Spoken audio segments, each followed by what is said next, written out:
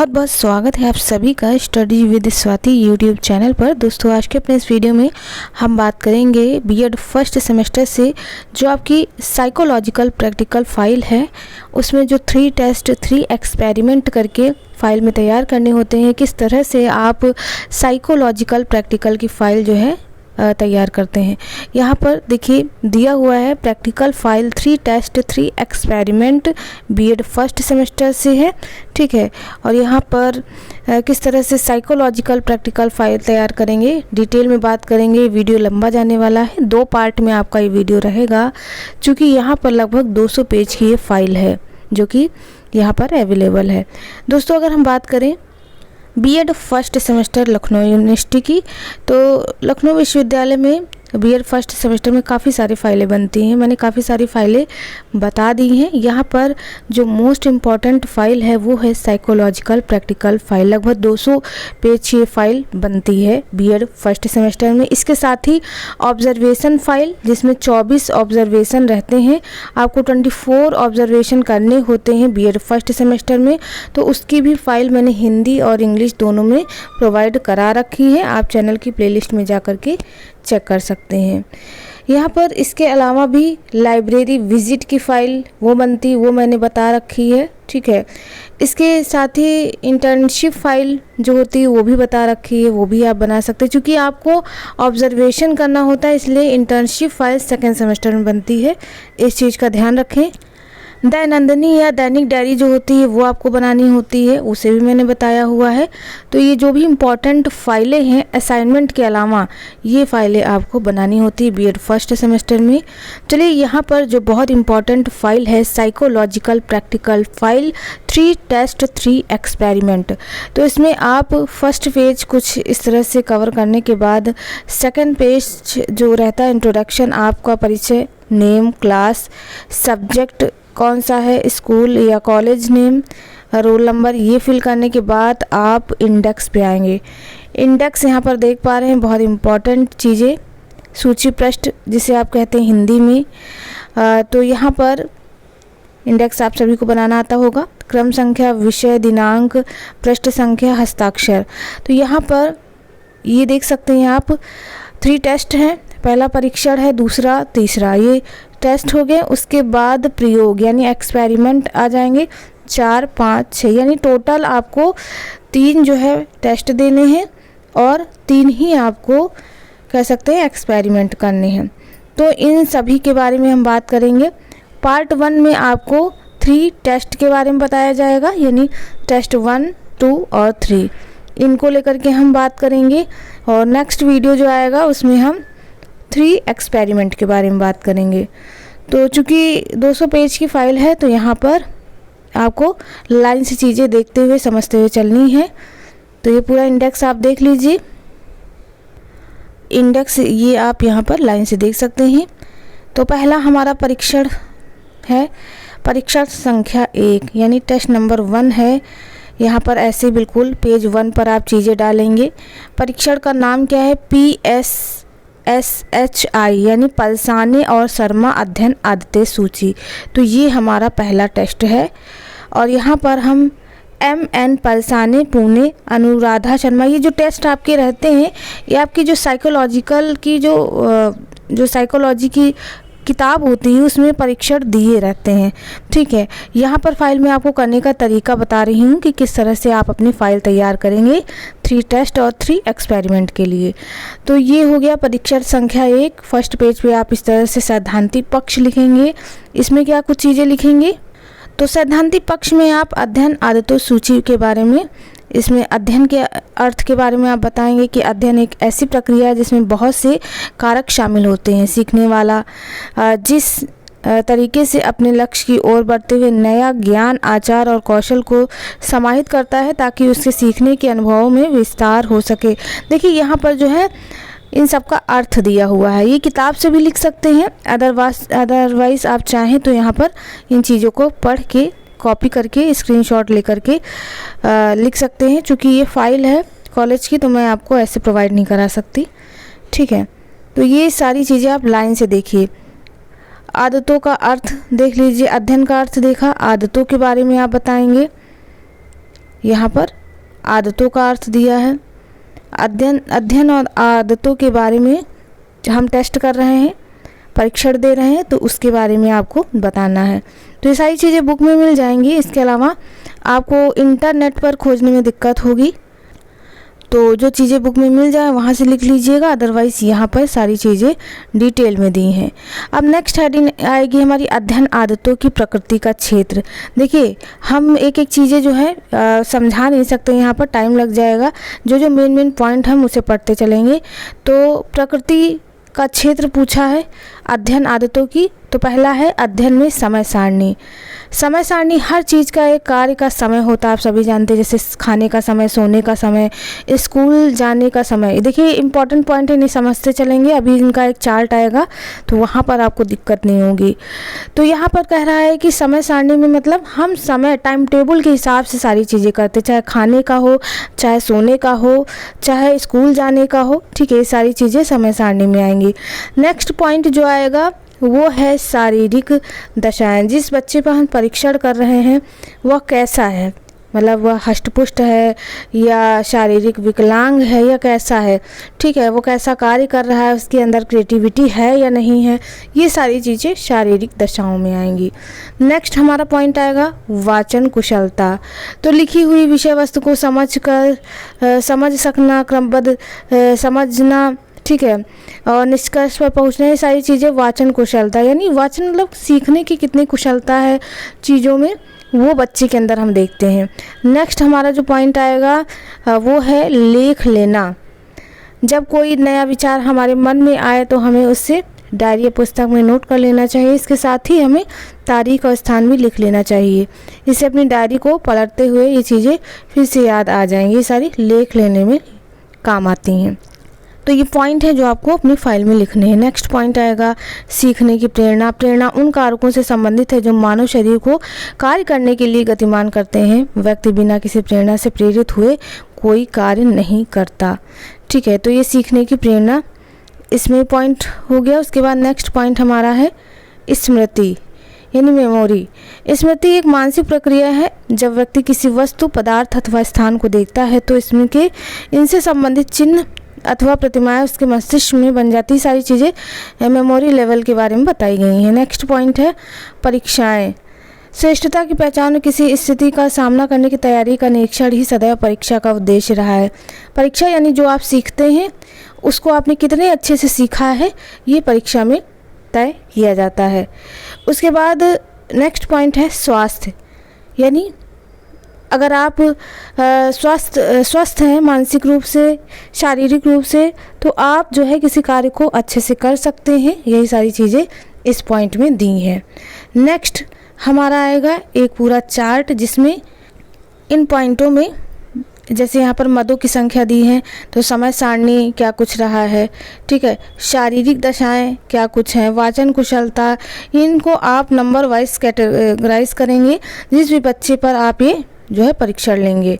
तो ये सारे पॉइंट हैं, इनमें ये नंबर जिस भी बच्चे ने परीक्षण किया उसके हिसाब से डाला हुआ है, ठीक है।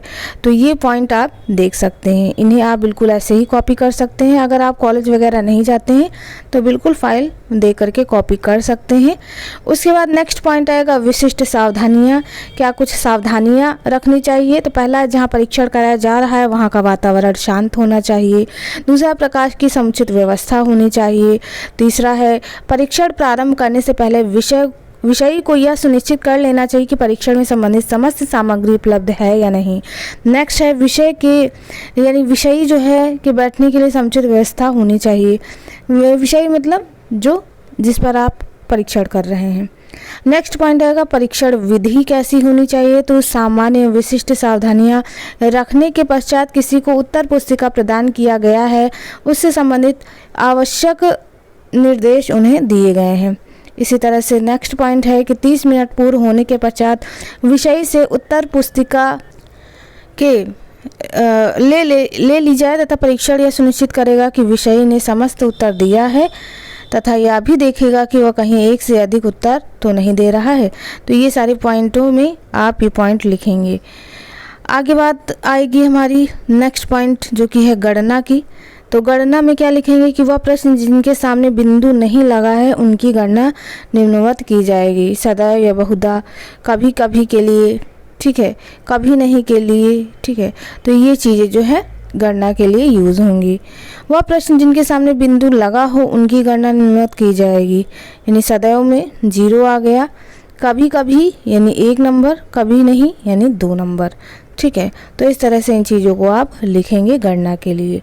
चलिए आगे बढ़ते हैं और देखते हैं अगला पॉइंट क्या रहेगा। तो ये गणना हो गई। उसके बाद हमारा जो नेक्स्ट पॉइंट रहेगा वो है क्रियात्मक पक्ष। सैद्धांतिक पक्ष के बाद हमारा क्रियात्मक पक्ष आता है, ठीक है। क्रियात्मक पक्ष में आप परीक्षण का नाम फिर से पलसाने और शर्मा अध्ययन आदतें सूची डालेंगे। परीक्षण का उद्देश्य क्या है? मानसिक व्यक्ति को वैकल्पिक विधि से मापना, ये है हमारा परीक्षण का उद्देश्य। तो इसमें क्या क्या लिखेंगे? तो इसमें छात्रों के अध्ययन की आदतों को जानना ताकि उनमें कुछ परिवर्तन प्रयास किया जा सके। ये सारे पॉइंट आप देखते चलिए, ठीक है। इन्हें पढ़ के आप लिख सकते हैं, क्योंकि पढ़ेंगे टाइम काफ़ी लगेगा, हमें 3 टेस्ट जो है आज कंप्लीट कराने हैं। फिर प्रयोज्य विषय का परिचय यहाँ पर समझ लेंगे थोड़ा। प्रयोज्य विषय का परिचय, यहाँ पर नाम आएगा। जैसे आप परीक्षण करने जा रहे हैं तो आप अपना नाम डालेंगे, आपकी उम्र जितनी होगी, आप पुरुष हैं या स्त्री, ठीक है। आप क्या कर रहे हैं? बीएड कर रहे हैं। मानसिक स्थिति कैसी है आपकी? सामान्य। यहाँ पर विषय यानी आपके परिचय के बारे में चीज़ें रहती हैं। उसके बाद परीक्षणकर्ता, आप किस पर परीक्षण कर रहे हैं, ठीक है। तो यहाँ पर परीक्षणकर्ता में आप जिस परीक्षणकर्ता का कर रहे हैं, मान लीजिए आपको परीक्षण में आपके सीनियर का नाम, सीनियर का या जूनियर का ही उन्हीं पे करना है परीक्षण, तो उनका नाम, उनकी आयु, वह कौन सा मतलब लिंग है, स्त्री या पुरुष है, बीएड कर रहे हैं वो भी, सामान्य स्थिति। तो यह परीक्षण आपके सामने वाला का होगा, ठीक है। आपके क्लास का भी हो सकता है, कभी कभी आपके जो सेकेंड सेमेस्टर के होते हैं उन पर भी दिया जा सकता है। परीक्षण सत्र क्या है, किस दिन किया गया है, तो यहाँ पर डेट, दिन कौन सा था, स्थान यानी कॉलेज का नाम, समय अवधि कितने मिनट की, तो 30 मिनट की, ये सारी चीज़ें। उसके बाद आप इस तरह से कुछ ग्राफ बनाएंगे, ठीक है। ग्राफ आप देख लीजिए, थोड़ा सा छोटा कर लेंगे हम इसे, तो यहाँ पर ग्राफ जो है आप देख सकते हैं। अब इसे हम बड़ा करेंगे, ग्राफ जरूर लगाएंगे आप। पैमाना x अक्ष पर आदतों का क्षेत्र है, y पर प्रतिशत है। तो यहाँ पर देखिए y पर प्रतिशत है 10 से लेकर के 100 तक। उसके बाद आदतों का क्षेत्र यहाँ पर नीचे है 1 से लेकर के 8 तक। तो इसमें हमारी समय सारणी, शारीरिक दशाएं, वाचन कुशलता, नोट्स बनाना, सीखने की प्रेरणा, स्मृति परीक्षाएं और स्वास्थ्य, ये सारी चीज़ें आ जाएंगी। तो ग्राफ बहुत सिंपल है, इसे बिल्कुल बना सकते हैं। चलिए नेक्स्ट हमारा आएगा यहाँ पर बात करें तो ये जो पेज होता है ये आपको कॉलेज की तरफ से दिया जाएगा। जब आपकी फाइल बनकर तैयार हो जाएगी, जब आपके प्रैक्टिकल आने वाले रहेंगे, तो इस तरह से आपको कॉलेज की तरफ से पेज दिया जाएगा जिसमें आप अपना नाम डालेंगे, ठीक है। आपकी कक्षा क्या होगी, आपकी आयु क्या है, ठीक है, सेक्स क्या है। उसके बाद ये सारी चीज़ें, कॉलेज, स्कूल नेम, ये सारी चीज़ें भरने के बाद यहाँ पर निर्देशन में कई सारी चीज़ें दी हैं, ठीक है। पढ़ते समय थकान अनुभव करता हूँ, सदैव करता हूँ या कभी कभी, कदापि, ये सारे पॉइंट को आप पढ़ लीजिए। ऐसे ही सारे आपको पेज मिलेंगे और यहाँ जो है मेन है ये चीज़ें, ठीक है। यहाँ पर देखिए पहला है कि मैं प्रतिदिन अध्ययन करता हूँ, तो यहाँ पर देखिए कॉलम बने हुए, सदैव या कभी कभी या कदापि। तो देखिए इनमें आपको टिक करना रहेगा। ये जो भी आप टेस्ट करेंगे इनका आपको अलग से प्रोफार्मा दिया जाएगा। ये वही सारी चीज़ें हैं जो आप पढ़ते चल रहे हैं। तो ये चीज़ें आपके टीचर बताते जाएंगे कि आपको कौन कौन सी चीज़ें फिल करनी है, ठीक है। अध्ययन करते समय मैं अपने आसपास के शोरगुल से परेशान हो जाता हूँ, तो देखिए यहाँ पर कभी कभी हो जाता हूँ, ये देखिए कभी कभी, या सदैव होता हूँ, तो आप सदैव पे टिक करिए। ये सारे जो है पॉइंट रहते हैं, आप चाहें तो इन्हें निकलवा सकते हैं, लिख कर के आप इन्हें निकलवा सकते हैं। वैसे कॉलेज की तरफ से प्रोवाइड कराया जाता है। जो नेक्स्ट पेज देखिए कितने हैं क्वेश्चन, 16। उसके बाद यहाँ पर देखिए 17 से फिर से वही चीज़ें कि पढ़ते समय मैं आकृति तथा आलेखों का अध्ययन करता हूँ, तो कभी कभी करता हूँ, ये देखिए यहाँ पे टिक लगा है। कभी कभी या कभी नहीं करता हूँ तो उस पर लगाइए। ये सारे क्वेश्चन आप देखते चलिए, ये इम्पोर्टेंट है, ठीक है। तो ये क्वेश्चन आपको मिलेंगे। और कभी कभी बहुधा या सर्वदा या कभी नहीं, ये पॉइंट में आपको टिक करना रहेगा। तो ये 32 हो गया। नेक्स्ट पेज पे चलते हैं। ठीक है, पेज कुछ इस तरह से आपको लगाना रहेगा फाइल के बीच में। तो ये आपको कॉलेज की तरफ से मिलता है, अगर नहीं मिलता है तो आपके टीचर कहते हैं आपको लगाना तो ऐसे लगा सकते हैं। फिर देखिए 33 है कि परीक्षण के पूर्व मैं केवल स्वयं द्वारा बनाए गए नोट से पढ़ता हूँ, तो सदैव या कभी कभी या कभी नहीं, जो भी आप पॉइंट लेना चाहें। तो ये सारे क्वेश्चन है। 45 हो गया। ठीक है, बस यहाँ पर हमारे 45 क्वेश्चन थे जो आपको अटेम्प्ट करने थे। आगे बढ़ते हैं और नेक्स्ट पेज पे आप क्या लिखेंगे, अंतर्दर्शन रिपोर्ट।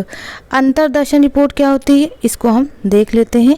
तो यहाँ पर अंतर्दर्शन रिपोर्ट के बारे में पढ़ लेते हैं। जब परीक्षणकर्ता ने मेरे ऊपर परीक्षण प्रारंभ किया तो मुझे परीक्षण के प्रश्नों को समझने में थोड़ी असहजता हुई, परंतु प्रश्न के उत्तर देने के पश्चात मुझे सभी प्रश्नों के उत्तर देने में आसानी होने लगी। यह परीक्षण मेरी अध्ययन आदतों के बारे में जानकारी देता है, जिससे कि मैं अपनी अध्ययन आदतों के बारे में जानकारी प्राप्त कर सकूं। यह परीक्षण हमारे अध्ययन आदतों के बारे में जानकारी देता है जो हमारे लिए बहुत लाभकारी है। तो देखिए अंतर्दर्शन जो रिपोर्ट होगी आप लिखेंगे जो भी आप पर बीती है। ठीक है, आपको कैसा लगा परीक्षण के समय, वो सारी चीज़ें आप अंतर्दर्शन रिपोर्ट में लिखेंगे।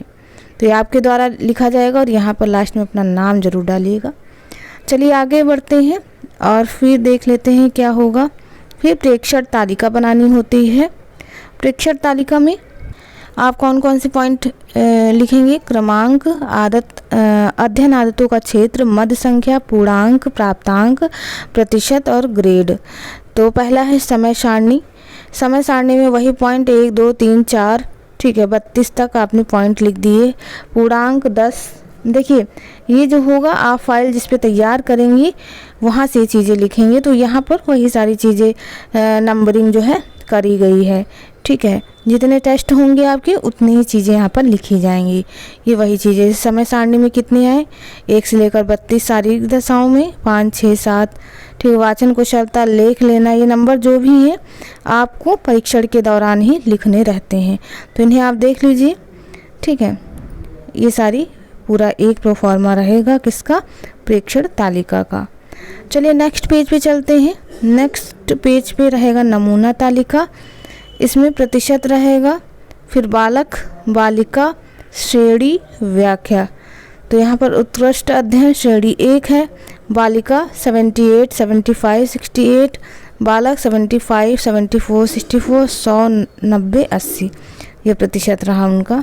ठीक है, यही उसके बाद अच्छी अध्ययन आदतें, औसतन। देखिए यहाँ पर जो व्याख्या आप कर रहे हैं ना, वो उनके बारे में जो सबसे अच्छे हैं, यानी ग्रेड ए में है, चाहे वह बालक हो या बालिका हो, उनका प्रतिशत कितना है, 100 से लेकर के 90 80 तक। ठीक है, सेकंड जो आता है 75 70, उसके बाद इसमें अच्छी अध्ययन आदतें रहेंगी 60 50 40 में औसतन, 30 25 में असंतोषजनक अध्ययन आदतें, और लास्ट में 20 और 10 में बहुत असंतोषजनक अध्ययन आदतें। तो आप ग्रेड के साथ उनके बच्चों के परसेंटाइल वगैरह भी लिख देंगे। तो यहाँ पर ये हो गया एक पेज जो कि था नमूना तालिका का। नेक्स्ट पेज पे आएंगे परिणाम। परिणाम में आप लिखेंगे पूर्णांक कितने का था, प्राप्तांक कितना है, प्रतिशत अंक। ठीक है, परिणाम की व्याख्या, समय अवधि में पहला पॉइंट, विषय की समय अवधि 60% है और औसत अध्ययन आदतें सुधार की थोड़ी आवश्यकता है, ये सारी चीज़ें आप लिखेंगे। ठीक है, समय अवधि, फिर शारीरिक दशाओं में लिखेंगे क्या कुछ चीज़ें हैं, ये वाचन कुशलता, लेख लेना, ये सारे पॉइंट आएंगे। सीखने की प्रेरणा, स्मृति जो हमने शुरुआत में देखे थे, परीक्षाएं, स्वास्थ्य, ये सारे आप पढ़ के लिख सकते हैं। और शैक्षिक निहितार्थ सबसे लास्ट में आएगा। शिक्षार्थियों के लिए क्या होने चाहिए, तो पहला छात्रों को अपने अध्ययन सामग्री की पूर्ण जानकारी हो, दूसरा है छात्रों को शिक्षक द्वारा दी जाने वाली शिक्षा का मनन, ऐसी है छात्रों को सभी कार्य नियम व अनुशासन में करना चाहिए।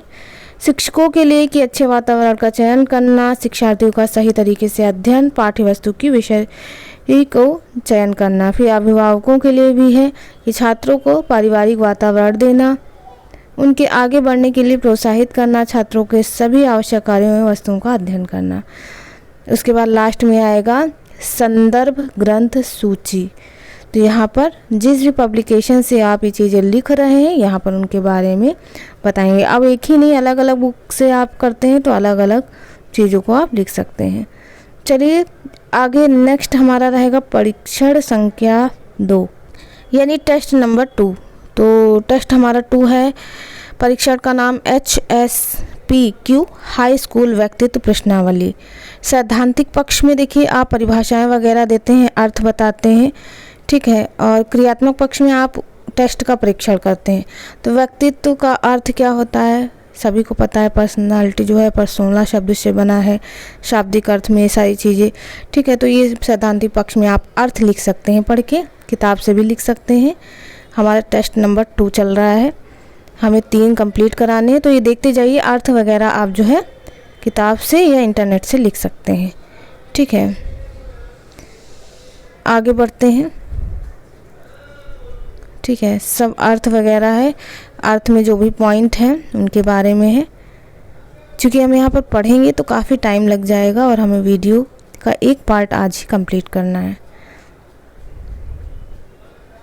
सामाजिक पर्यावरण, आर्थिक पर्यावरण, सांस्कृतिक पर्यावरण, व्यक्तित्व के प्रकार आ गया, कौन कौन से शारीरिक रचना प्रकार, समाजशास्त्री प्रकार और मनोवैज्ञानिक, उनके बारे में, उनके अंतर्गत जो पॉइंट है, शक्तिहीन खिलाड़ी, ये सारे पॉइंट आ गया, ठीक है। समाजशास्त्री में सैद्धांतिक आर्थिक आता है, सामाजिक आता है, राजनैतिक धार्मिक कलात्मक, और मनोवैज्ञानिक में अंतर्मुखी व्यक्तित्व आते हैं, ठीक है। एक किताब में आपको मिल जाएंगे।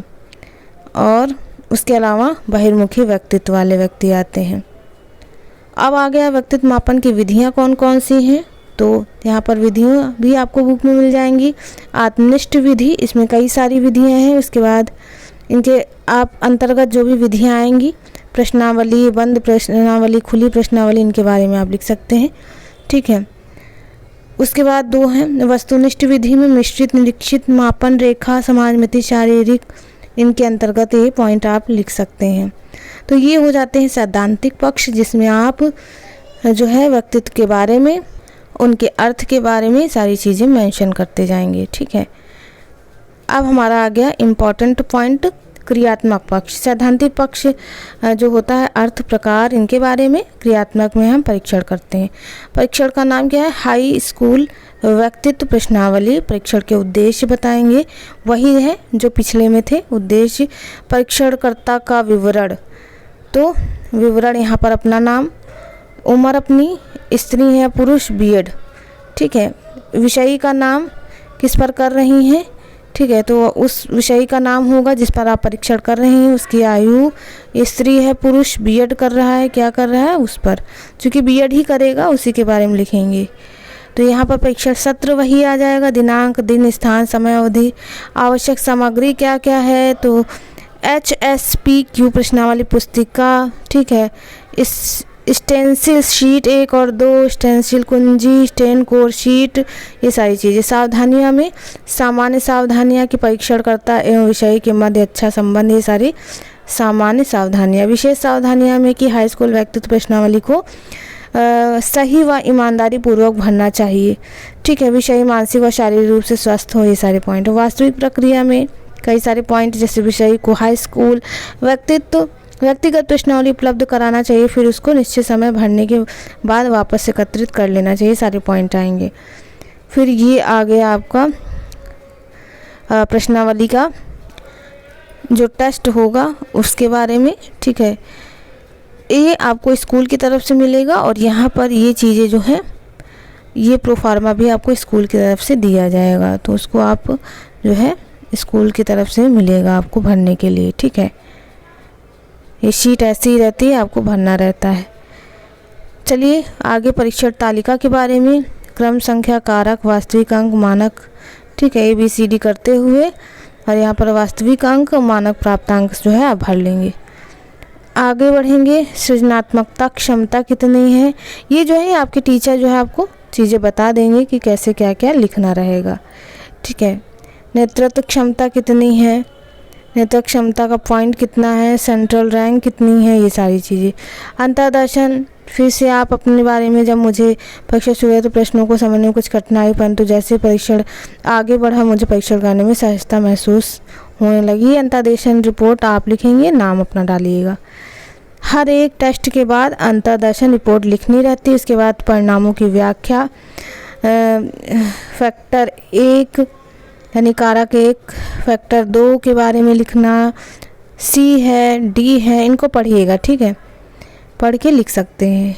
उसके बाद कारक ई, एफ, जी, ये सारे कारक हैं, एच, ठीक है। तो ये कारक हो गए, आई कारक, जे कारक, ओ कारक, ओ क्यू 2 कारक, ठीक है, ये कारक हो गए, 3 कारक, 4 कारक।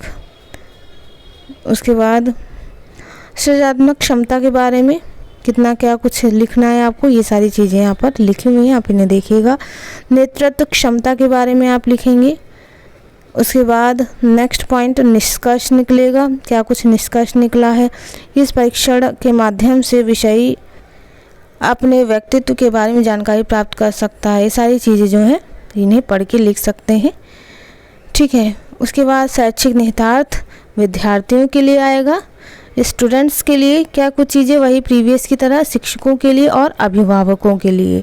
तो इन पॉइंटों को आप पढ़ के लिख सकते हैं। चलिए नेक्स्ट हमारा जो आएगा वो है संदर्भ ग्रंथ सूची, कि आपने कौन सा पॉइंट कहाँ से लिखा है, ठीक है। तो ये सारे पॉइंट जो भी आप लिखते हैं इनके बारे में बताएंगे कि इस पब्लिकेशन से लिखा है।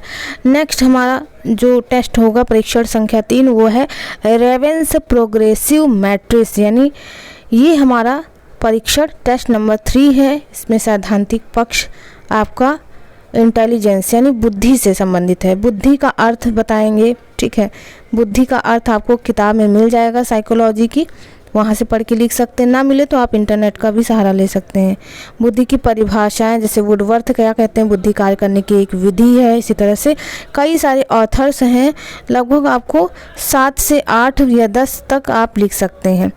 उसके बाद बुद्धि को प्रभावित करने वाले कारक कौन कौन से हैं, तो वंशानुक्रम, प्रजाति, लिंग, वातावरण, स्वास्थ्य, आयु, इनके बारे में आप जरूर लिखेंगे, बहुत इंपॉर्टेंट पॉइंट है। इससे टेट और सीटेट में क्वेश्चन भी बनते हैं, ठीक है। तो आयु, प्रजाति, इनके बारे में आप एक्सप्लेन ज़रूर करेंगे। ये सारे पॉइंट हो गए, पॉइंट के अंतर्गत ये चीज़ें हैं, ठीक है। इन्हें देखते चलिए, पढ़ते चलिए। बुद्धि के प्रकार कौन कौन से हैं, तो बुद्धि कई प्रकार की होती है। अलग अलग मनोवैज्ञानिकों ने अलग अलग प्रकार बताए हैं। किसी ने बताया मूर्त है, अमूर्त है, सामाजिक बुद्धि है, ठीक है। थॉर्नडाइक ने बताया कि अमूर्त बुद्धि है, सामाजिक बुद्धि है, यांत्रिक बुद्धि है। तो अलग अलग ऑथर्स ने अलग अलग तरीके से बुद्धि की परिभाषाएं बताई हैं। ये हो गई बुद्धि की विशेषताएं कि कौन कौन से बुद्धि की विशेषताएं हैं, तो इन्हें भी पढ़ के आप लिख सकते हैं सैद्धांतिक पक्ष में। बुद्धि मापन की विधियां कौन कौन सी हैं, तो मानसिक आयु और बुद्धि लब्धि, ये इसमें भी कई सारे पॉइंट हैं।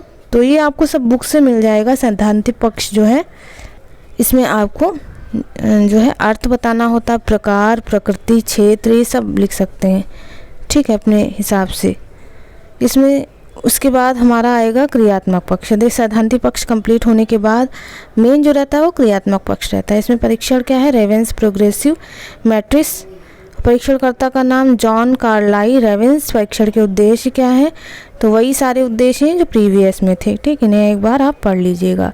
विषय का वातावरण, नाम, ठीक है, जिस पर आप जो भी मतलब कर रहे हैं अपना नाम डाल सकते हैं, या फिर अपना नाम तो आप परीक्षणकर्ता में डालेंगे, विषय में जिस पर आप कर रहे हैं उसका नाम डालेंगे, ठीक है।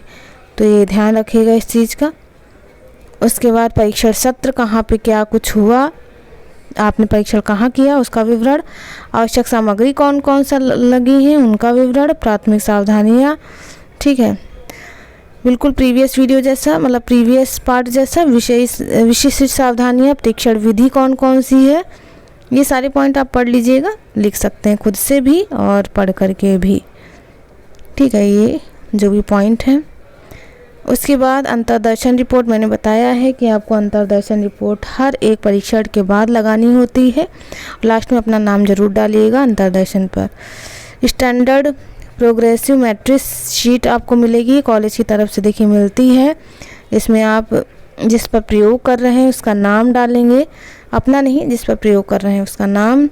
यहाँ पर ABCD करके ऐसे ही पार्ट मिलेगा और आपको अपने हिसाब से कि कितना आपने परीक्षण का समय रखा, कितना क्या परीक्षण लिया, उन पर जो है ये चीज़ें आपको लिखनी रहेंगी।